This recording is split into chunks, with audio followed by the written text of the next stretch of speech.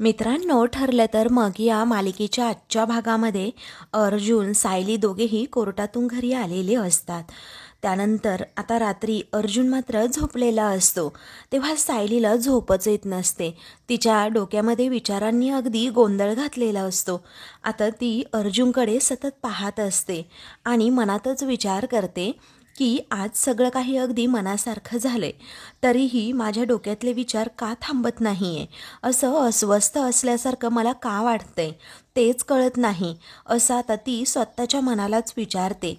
आणि मग त्यानंतर सततच अर्जुनकडे पाहते. तर दुसऱ्या दिवशी सायली आपलं सर्व काही आवरते आणि मग त्यानंतर अर्जुनसुद्धा ऑफिसला जाण्याच्या तयारीतच असतो. पण नेहमीप्रमाणे सायली त्याच्याबरोबर काही बोलत नसते, एकदमच अस्वस्थ असते. ते पाहून अर्जुन विचारतो, काय झालं, चेहरा असा का पडलाय आणि नक्की काय विचार करतीये.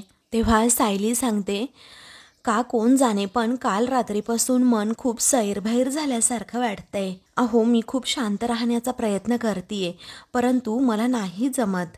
तेव्हा अर्जुन स्पष्टपणेच विचारतो, तू प्रतिमा आत्याचा विचार करतीयस ना.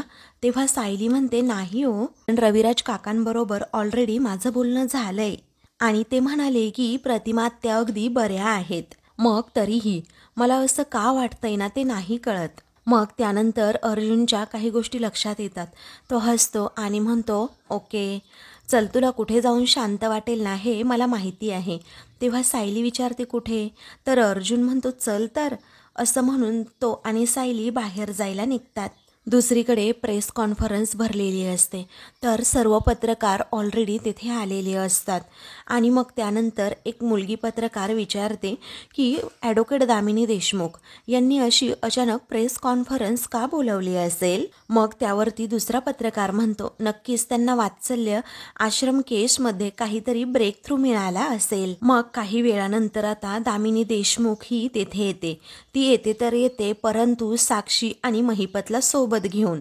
आणि मग त्यानंतर खुर्चीवर बसणार तितक्यातच ती कुणाला तरी कॉल करते आणि नजर ठेव, एक्झॅक्ट लोकेशन पाठव असं म्हणते आणि मग नंतर फोन ठेवून आपल्या खुर्चीत बसते. मग त्यानंतर आता दामिनी म्हणते की नमस्कार, मी ॲडव्होकेट दामिनी देशमुख. मी इतक्या शॉर्ट नोटीसवर तुम्हाला बोलवलं आणि तरीही तुम्ही आलात, त्यासाठी मनापासनं आभार. मी आज नात्याविषयी तुमच्याबरोबर बोलणार आहे. म्हणजे मला माहीत आहे की आपल्या सगळ्यांच्याच आयुष्यात नाती ही खूप महत्त्वाची असतात आणि आपण आपल्या माणसांसाठी अगदी काहीही करायला तयार असतो. पण कसं आहे ना, कायदा काहीतरी वेगळंच सांगतो. कारण कायदा सांगतो माणूस कितीही जवळचा असेल आणि जवळच्या नात्यातला असेल तरीही त्याचा गुन्हा हा पाठीशी घालायचा नसतो. आणि ॲडव्होकेट अर्जुन सुभेदार विलास मर्डर केसमध्ये एक्झॅक्टली तेच करतायत असं दामिनी सर्व पत्रकारांना सांगते. साक्षी, महिपत नुसतेच आपले दामिनीकडे पाहत असतात, कारण त्यांना ही कल्पना असते की आता बरोबर दामिनी काहीतरी असा गेम करणार ज्यामुळे फारसे सगळे उलटेच पडणार. मग पुढे दामिनी असंही म्हणते की नो डाऊट अर्जुन सुभेदार हे खूप मोठे आणि चांगले वकील आहेत आणि न्यायासाठी लढणारा वकील म्हणून रेप्युटेशन आहे त्यांचं. तेव्हा सर्व पत्रकार आपले मान डोलावतात, हो म्हणतात. त्यावरती दामिनी आपले शब्द फिरवत म्हणते, म्हणजे होतं, पण आता या केसमध्ये काय झाले, सासरा खुनी आहे आणि त्यांचा लाडका जावई हा वकील आहे आणि याने होतं काय, तर नातं हे न्यायाच्या आड येतं, कॉन्फ्लिक्ट ऑफ इंटरेस्ट उभा राहतो. आणि आता झालंय काय ना, अर्जुन सुभेदार हे कोर्टामध्ये खरं काही सांगत नाहीये, ते फक्त स्वतःच्या सासऱ्यांना वाचवतायत, दॅट्स ऑल असं म्हणून ती आता अर्जुनविषयी निगेटिव्ह कमेंट करू लागते. आणि मग पुढे सुद्धा बरळू लागते की त्यांना सत्याशी काहीही घेणं देणं नाहीये. आपल्या सासऱ्याला वाचवण्यासाठी ते कुठल्याही थराला जाऊ शकतात आणि याची झुळूक त्यांनी अगोदर सुद्धा दाखवली आहे. मग आता महिपत आणि साक्षी एकमेकांकडे पाहतच राहतात. त्यानंतर दामिनी पत्रकारांना सांगते, त्यांची बायको आहे ना जी सायली, तिच्याबरोबर ते कॉन्ट्रॅक्ट मॅरेजही करू शकतात. अहो, स्वतःच्या स्वार्थासाठी एक दिवस नाही तर 1 वर्ष ते आपल्या स्वतःच्या परिवाराबरोबर अगदी वर्षभर खोटं बोलत आले आहेत. मग हे ऐकून सर्व पत्रकारांना धक्काच बसतो आणि सर्व पत्रकार आता टपूनच असतात की कधी एकदा याची ब्रेकिंग न्यूज आम्ही करू. आणि मग त्यानंतर दामिनी अर्जुन विरोधात अगदी आवाजच उठवू लागते आणि म्हणते, जो माणूस, जो वकील स्वतःच्या परिवाराबरोबर खोटं बोलू शकतो, तो न्यायाच्या बाजूने काय लढणार आहे, काय आवाज उठवणार आहे. अहो, तुम्हाला मी आत्ताच सांगते, अर्जुन सुभेदार हे कायद्याच्या बाजूने नाही आहेत, सत्तेच्या बाजूने नाही आहेत. ते फक्त आणि फक्त स्वतःच्या बायकोचं मन जपण्याचा प्रयत्न करतायत. कोणतीही केस लढण्यामागे जेव्हा हेतू चुकीचा असतो ना, तेव्हा सगळं काही पुढे पुढे चुकीचंच घडत जातं. कारण कोर्टामध्ये आपण खोटं बोलत जातो, कोर्टामध्ये आपण चुकीच्या गोष्टी या सतत दाखवत असतो. आणि नेमकं अर्जुन सुभेदारना तेच करतायत. कारण अर्जुन सुभेदार हे स्वतःच्या सासऱ्याला वाचवण्यासाठी अगदी काहीही करू शकतात आणि कोर्टामध्ये कोणतेही पुरावे आणू शकतात, अगदी हिंसाचारसुद्धा करू शकतात. आणि मी हे पुराव्यांशिवाय बोलत नाहीये, माझ्याकडे या गोष्टीचा पुरावा आहे, हा पहा पुरावा, असं म्हणून ती सर्वांनाच पुरावा दाखवू लागते. तेव्हा आता लगेचच तेथे स्क्रीनवर एक व्हिडिओ प्ले होतो, ज्यामध्ये अर्जुन आणि चैतन्यने त्या जोशी वकिलाची ज्या प्रकारे धुलाई केली होती ते सगळं काही त्यामध्ये व्हिडिओ असतो, रेकॉर्डिंग असतं. हे पाहून आता पत्रकार हे एकमेकांबरोबर लगेच कुजबुजू लागतात, अर्जुनविषयी वेडवाकडं बोलू लागतात, अगदी धक्क्यानेच तो व्हिडिओ पाहू लागतात. आता महिपत आणि साक्षी हे दोघेही आश्चर्याने एकमेकांकडे पाहतात आणि तो व्हिडिओ पुढे कंटिन्यू पाहू लागतात. दामिनी मात्र थोडी गालात हसते आणि त्या दोघांकडे पाहते. इकडे महिपत मनातच विचार करतो, अरे यार, ही दामिनी तर आपल्या पुढची निघाली. असं म्हणून तो साक्षीला विचारतो, काय ग साक्षी, या दामिनीला हा व्हिडिओ मिळाला तरी कुठून? तेव्हा ती हळूच म्हणते, आपल्याला काय करायचं यांना, आपल्या बाजूने ती लढतीये ना, मग पुढे काही विचारायचं नाही. इकडे अर्जुन आणि सायली हे दोघेही आता गाडीमध्ये बसतात आणि कुठेतरी निघालेले असतात. दामिनीने जो माणूस त्यांच्या पाळतीवर ठेवलेला असतो तो नेमका आता तेथेच बाईक घेऊन हेल्मेट घालून उभा असतो. अर्जुन आणि सायली तेथून जाताच तो त्यांचा पाठलाग करू लागतो. मग दुसरीकडे दामिनी अर्जुनची आता उगीचच खोटी खोटी बदनामी करू लागते आणि सांगते, हा आहे खऱ्या अर्जुन सुभेदारचा चेहरा. एका ज्येष्ठ वकिलाला तो कशा प्रकारे त्रास देतोय, मारहाण करतोय, हे तुम्ही पाहिलंच असेल. नक्की हा अर्जुन सुभेदार आहे तरी कोण, वकील आहे की गुंड आहे? जो माणूस असा वागू शकतो तो कोर्टामध्ये सत्यच सांगेल, यावर आपण विश्वास तरी कसा ठेवायचा? आता इनफॅक्ट त्याची मानसिक परिस्थिती ठीक आहे की नाही हा प्रश्न उभा राहतोच ना पुढे. त्यावरती आता पत्रकार हे एकमेकांकडे पाहतात आणि मग त्यानंतर एक मुलगी विचारते की बापरे, किती भयंकर आहे हे. मग त्यानंतर आता एक मुलगा म्हणजे पत्रकार म्हणतो, मॅडम तुम्हाला एक विचारू का, ॲडव्होकेट अर्जुन सुभेदारांनी ॲडव्होकेट जोशी यांना का मारलं होतं? पुढे आता लगेचच दामिनी उत्तर देते की अर्जुनला हार अजिबात सहन होत नाही आणि जेव्हा प्रश्न त्यांच्या स्वतःच्या सासऱ्याचा येतो तेव्हा तर अजिबात नाहीच नाही. तो माणूस स्वतःला सत्यासाठी लढणारा वकील म्हणतो. हे आहे त्याचं ते काळं रूप आणि हे जे आपण मागे बघतोय ना ते. आता माझी खरंच इच्छा आहे यापुढे मी नाही तर साक्षीने तुमच्याबरोबर बोलावं. आता आपण तिच्याकडूनच जाणून घेऊयात की इतकी वर्ष तिला नक्की कोणता मानसिक त्रास झालाय. त्यावेळी साक्षी सुद्धा अगदी तोंड पाडून बसण्याचंच नाटक करते. दामिनी अगदी शांतपणे साक्षीला विचारते, साक्षी हे बघ, आम्हा सर्वांना माहीत आहे की तुझ्यावर गेली 2 वर्ष खूप मोठा अन्याय होतोय, तुला मानसिक त्रास होतोय, पण ही वेळ रडायची नाही आहे, ही वेळ आहे सर्वांना आता सत्य सांगण्याची. तुझ्यावर जो अत्याचार झालाय ना त्यावर वाचा फोडण्याची. आता रडू नकोस आणि बोल यांच्याबरोबर, सांग तू सगळं काही, अगदी खरं खरं सांग. तेव्हा आता उगीच साक्षी ही सुद्धा रडण्याचं नाटक करत असते आणि सर्वांची सिंपती मिळवण्याचा सुद्धा प्रयत्न करत असते, जेणेकरून हे पत्रकार सुद्धा माझ्या बोलण्यामध्ये येतील. मग साक्षी रडत असताना दामिनी तिला धीर देत असते, नको रडूस, तू सांग काय काय झालं तुझ्या बाबतीत आजपर्यंत. इकडे अर्जुन आणि सायली दोघेही मंदिरात येतात, कारण अर्जुनला माहीत असतं सायलीचं मन एकाच ठिकाणी प्रसन्न होतं. सायलीचा मूड एकाच ठिकाणी चांगला होतो, ते म्हणजे मंदिरात गेल्यानंतर. म्हणून देवी आईच्या मंदिरात तो तिला दर्शनासाठी घेऊन येतो. सायली देवी आईचं दर्शन घेते. आता हात जोडूनच सायली आपलं गाऱ्हाणं देवी आईसमोर मांडू लागते. देवी आई, खूप अस्वस्थ वाटतंय ग. केस खरं तर आमच्या बाजूनेच वळतीये, तरीही तो महिपत ऐन वेळेला काहीही करू शकतो ना, याची जास्त भीती वाटतीये. कारण तो महिपत आहे ना, तो एक नंबरचा नराधम आहे. कारण तो कुठल्याही क्षणी काहीही करू शकतो. देवी आई, माझ्या मधुभाऊंच्या पाठीशी राहा ग, आणि यांच्या मेहनतीला फळ येऊ देत, अशी प्रार्थना ती आता करते आणि पाया पडते. दुसरीकडे दामिनी साक्षीला बोलायला सांगते. तेव्हा साक्षी आता रडण्याचं थोडं नाटक करते आणि सर्व पत्रकारांना सांगू लागते, मी तुमच्यासारखीच एक साधी सर्वसामान्य मुलगी आहे. मी साधं एक स्वप्न पाहिलं होतं, रिसॉर्ट बांधण्याचं. त्यामध्ये मी काय चूक केली? माझं हेच एक साधं स्वप्न ॲडव्होकेट अर्जुन सुभेदार हे कधीही पूर्ण होऊ देणार नाहीत. आणि यामागे फक्त आणि फक्त त्याचा एक स्वार्थ आहे, त्याच्या त्या खुनी सासऱ्याला वाचवण्यासाठी.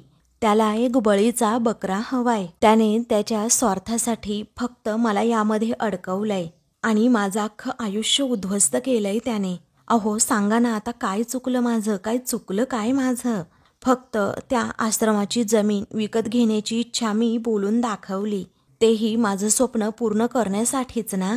आणि ॲडव्होकेट अर्जुन सुभेदाराने स्वतःच्या स्वार्थासाठी मला या सगळ्यामध्ये अडकवलंय. गेली 2 वर्ष या सगळ्यामध्ये माझी अगदी फरफट होतीये विनाकारण, असं ती खूप वैतागून बोलत असते. पत्रकार सगळं काही अगदी मन लावून ऐकत असतात, कारण त्यांना आता साक्षीचं स्टेटमेंटसुद्धा लिहून घ्यायचं असतं. मग त्यानंतर दामिनी तिची बाजू मांडू लागते आणि म्हणते, नाही साक्षी, अगं तुझी फरफट होत नाहीये, ती केली जाते अगदी मुद्दाम. अहो ॲडव्होकेट अर्जुन सुभेदार हे सगळं ना अगदी मुद्दाम करतायत आणि तुमच्या सगळ्यांच्या डोळ्यासमोर हे होतंय. आता तुमची बायको किंवा तुमची बहीण या अशा एखाद्या नराधमाच्या कचाट्यात सापडली तर तुम्ही काय करणार आहात, असं मोठ्यानेच दामिनी आता पत्रकारांना प्रश्न करते. एका निरापराध आणि साध्या मुलीवर असा अत्याचार होत असताना आपण सगळेजण फक्त बघत बसणार आहोत का? अगदी काहीच करणार नाही. मग आता साक्षीचा ड्रामा मात्र सुरू असतो. ती रडत असते, तर दामिनी तिच्याकडे पाहत तिला शांत करण्याचा प्रयत्न करते. मग त्यानंतर महिपतसुद्धा अगदी गप्प बसलेला असतो, कारण या दोघीचाच बोलणार असतात. त्यानंतर साक्षी पुन्हा म्हणते, अर्जुनमुळेच आज माझ्याकडे फक्त एक गुन्हेगार म्हणून बघितलं जातंय. पण मी तुम्हाला खरं सांगतेय, मी ना खरंच काही केलेलं नाहीये. अहो मोठी स्वप्न तर सोडा, पण साधी स्वप्न, लग्न, मूलबाळ, अशी साधी स्वप्नसुद्धा मी बघू शकत नाहीये. हो, माझं अख्खं आयुष्य उद्ध्वस्त केलंय त्या अर्जुन सुभेदाराने. सांगा ना, मी नक्की काय केलंय काय मी? असं म्हणून ती पत्रकारांना आपली बाजू सांगू लागते आणि खूप रडत असते. अर्जुन कसा आहे हे सुद्धा ती सर्वांना सांगण्याचा प्रयत्न करत असते, की स्वतःच्या सासऱ्याला वाचवण्यासाठी तो फक्त मला दोष देतोय आणि मी कशी गुन्हेगार आहे हेच कोर्टामध्ये सिद्ध करतोय. तेव्हा आता साक्षी ही डोक्यालाच हात लावून खूप रडत असते. ते पाहून महिपत हा म्हणतो, रडू नको पोरी, रडू नकोस. इकडे आता सायली मंदिरात असते. तिची प्रार्थना पूर्ण झाल्यानंतर ती आता समोर असणारी घंटा वाजवते आणि म्हणते की देवी आई, इथून पुढचे 10 दिवस मी एकच वेळ जेवण करणार आहे, ते सुद्धा बिना मिठाचं. कारण या केसचा जोपर्यंत निकाल लागणार नाही तोपर्यंत मी हेच जेवण करणार. मला साथ दे देवी आई, मला साथ दे, असं म्हणून ती अगदी मनोमन प्रार्थना करत असते. अर्जुन हे सगळं ऐकतो आणि आश्चर्याने अगदी सायलीकडे पाहतो. दुसरीकडे आता दामिनीने सांगितल्याप्रमाणे महिपतसुद्धा पत्रकारांना सांगू लागतो की गेली 2 वर्ष झाली माझी मुलगी रोज रडतीये हो, आणि या बापाचं काळीज काय जळत असेल हे तुम्हाला वेगळं काही सांगायला नको. अहो माझं खरं तर स्वप्न होतं, माझ्यापेक्षा मोठा बिल्डर इने व्हायला पाहिजे म्हणून, आणि म्हणूनच एक जमिनीचा तुकडा विकत घेतला होता. आणि त्या जमिनीच्या एवढ्याशा तुकड्याची शिक्षा त्या अर्जुन सुभेदाराने माझ्या लेकीला दिली. काय सांगायचं तुम्हाला, पण तू काळजी करू नकोस साक्षी. देव आहे ना, तो बघून घेईन आणि तो आपल्याला न्यायसुद्धा देईन. धर बाळा, पाणी पी, असं महिपतसुद्धा अगदी रडण्याचं नाटक करत साक्षीला शांत व्हायला सांगून पाणी प्यायला सांगतो. त्याचवेळी दामिनी मात्र दोघांच्या ड्रामाकडे पाहत असते. त्यावेळी पत्रकार विचारतात, म्हणजे दामिनी मॅडम, वात्सल्य आश्रमाची ही केस अयोग्य पद्धतीने लढली जातीये असं तुम्हाला म्हणायचंय का? मग त्यावरती दामिनी उत्तर देते, ऑफकोर्स, सासरा खुनी आहे आणि जावई त्यांचा वकील आहे. तेव्हा पत्रकार विचारतात, बरोबर आहे मॅडम, परंतु कोर्टाने हा मुद्दा अजूनही लक्षात का घेतला नाही? त्यावरती दामिनी म्हणते, म्हणूनच आम्ही आमचा मुद्दा घेऊन तुमच्या समोर आलोय की इथे तरी निरापराध आणि साध्या मुलीवर जो अन्याय झालाय, जो अत्याचार झालाय, त्याचा जाब कुणाला, कसा आणि किती विचारायचा हे आता तुम्हीच ठरवा, असं म्हणून आता सगळेजण हात जोडतात. मग त्यावेळी आमचं म्हणणं ऐकून घेतलं, आमच्यासाठी तुम्ही इथे आलात त्यासाठी अगदी मनापासून आभार, थँक्यू व्हेरी मच, असं म्हणून दामिनी आपली प्रेस कॉन्फरन्स संपवते आणि मग साक्षीकडे पाहून हळूच हसते. आता लगेचच पत्रकार त्याची न्यूज करू लागतात की साक्षीचं आजपर्यंत झालेलं नुकसान कोण आणि कसं भरून काढणार. त्याचबरोबर पत्रकारांनी आता साक्षी महिपतभोवती अगदी गराडाच घातलेला असतो आणि एक एक करून प्रश्न विचारत असतात. साक्षीला मात्र आनंद होत असतं, मनातून आनंदाच्या उकळ्या फुटत असतात, कारण अर्जुन विरोधात आज ती मीडियासमोर बोलत असते आणि आपलं म्हणणं ती मीडियावाल्यांना पटवून देत असते. दामिनी थोडंसं लांब राहूनच हे सगळं काही पाहत असते. इकडे अर्जुन सायलीला विचारतो, असा कसा नवस केला तू? अगं, मला तुझी श्रद्धा कळतीये, परंतु बिना मिठाचं खाणार ते सुद्धा एकदाच, हे असं कसं सायली? त्यावेळी सायली विचारते, अहो कसला त्रास? माझ्या मधुभाऊंनी किती त्रास सहन केलाय तुम्हाला दिसतंय ना, मग मी त्यांच्यासाठी एवढा त्रास तर सहन करू शकतेच. त्यावेळी अर्जुन म्हणतो, तू ना माझा अजिबात ऐकणार नाहीयेस. तेव्हा सायली सांगते, आपण आपल्या लढाईच्या अगदी शेवटच्या टप्प्यात आहोत आणि काहीही झालं तरी आपल्याला ही लढाई जिंकायची आहेच आणि त्यासाठीच माझ्याकडनं जेवढं करता येईल तेवढं तर मी करणारच आहे. तेव्हा अर्जुन म्हणतो, आपली बाजू ही सत्याची आहे आणि हे तुला चांगलंच माहीत आहे. तरीही 2 वर्ष आपण खूप म्हणजे खूप मेहनत घेतली आणि आता आपल्याला ही केस जिंकण्यापासून कुणीही अडवू शकत नाही. दामिनीचा माणूस नेमका तेथे येतो. अर्जुन सायलीवर अगदी पाळत ठेवत असतो आणि ते दोघेही मंदिरात असल्याचं पाहतो. मग पुढे आता अर्जुन सायलीला सांगत असतो की आपण काहीही झालं तरी ही केस जिंकणार म्हणजे जिंकणार, दामिनीसुद्धा आपल्याला अडवू शकत नाही. सायली सांगते, हो मला हे सगळं माहिती आहे. मग अर्जुन विचारतो, माहिती आहे, मग तरीही तू असा नवस का केलास? तेव्हा सायली सांगते, कारण मला फक्त देवी आईला जाणीव करून द्यायची आहे की तुझ्या कृपादृष्टीची आम्हाला खूप म्हणजे खूप गरज आहे. तेव्हा अर्जुन तिच्याकडे कौतुकाने पाहतो आणि विचारतो, तू खुश आहेस ना? मग सगळं ठीक आहे. दुसरीकडे पत्रकार आता दामिनीजवळ जातात. दामिनी आता नेमका तिच्या माणसाचा तो मेसेज वाचते. मेसेजमध्ये असं लिहिलेलं असतं की अर्जुन आणि त्याची बायको मार्केटजवळच्या मंदिरात आले आहेत. तेव्हा तो पत्रकार दामिनीजवळ जात तिच्याकडे पाहतो. हळूच दामिनी खिशातून पैशांचा बंडल काढते आणि म्हणते, लोकेशन तुम्हाला पाठवलंय, आता तिकडे जा. मग तो माणूस ते पैसे घेतो आणि ओके मॅडम असं म्हणतो. मग काम होऊन सुद्धा जाईल अशी ही खात्री तो तिला देतो. इकडे आता अर्जुन विचारतो, आता निघूयात का आपण? सायली म्हणते, थांबा ना, जरा 5 मिनिटे थांबा ना, इथे ना मला खूप शांत वाटतंय. अर्जुन म्हणतो, बरं ठीक आहे. तेवढ्यातच अर्जुनला कुणाचा तरी फोन येतो, म्हणून तो म्हणतो, तू बस इथे, मी आलोच. मग आता अर्जुन फोनवर बोलण्यासाठी बाहेर गेल्यानंतर समोरूनच पूर्णच्या पूर्ण पत्रकारांचा गराडा Arjun sir, Arjun sir, Arjun sir असं ओरडत तेथे येतात. तेव्हा अर्जुनलाच एका क्षणी धक्का बसतो की आता हे काय अचानक. मग आता तो आश्चर्याने सगळ्यांकडे पाहतो. त्यावेळी आता आम्हाला आमच्या प्रश्नांची उत्तरं हवी आहेत असं पत्रकार अर्जुनला म्हणतात.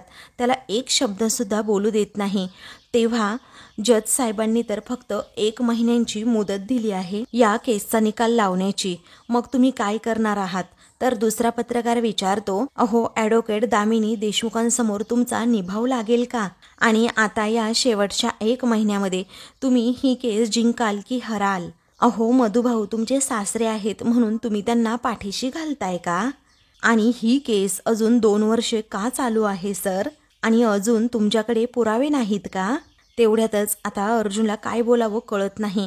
अचानकच हे पत्रकार त्याच्यावर प्रश्नांचा मारा करत असतात. त्याचवेळी सायली तेथे येते आणि म्हणते, मी सांगते. आता अगदी अर्जुनच्या पाठीमागे ढाल बनून सायली उभी राहिलेली असते.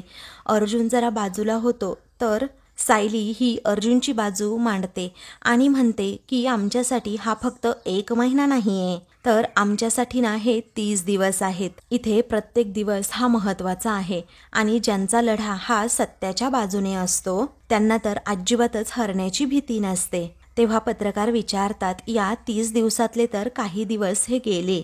उरलेल्या आता काही दिवसांमध्ये कोर्टासमोर तुम्ही नक्की कोणते पुरावे सादर करणार आहात? तेव्हा अर्जुन उत्तर देत विचारतो, हे मी तुम्हाला का सांगू? मग त्यावेळी ज्या पत्रकाराने पैसे घेतलेले असतात तो पत्रकार म्हणतो, तुम्ही एका निर्दोष स्त्रीवर अगदी काहीही आरोप केले आहेत म्हणून विचारतोय. त्या अब्रू नुकसानीची जबाबदारी तरी कोण घेणार? आणि ती एक निर्दोष स्त्री आहे. त्याचवेळी आता सायली विचारते, काय हो कोण निर्दोष? साक्षी शिखरे ही काय एक निर्दोष स्त्री आहे का? आणि आता एक स्त्री म्हणून सांगते, तिच्यासारख्या स्त्रिया या स्त्री जातीला काळीमा फासतात.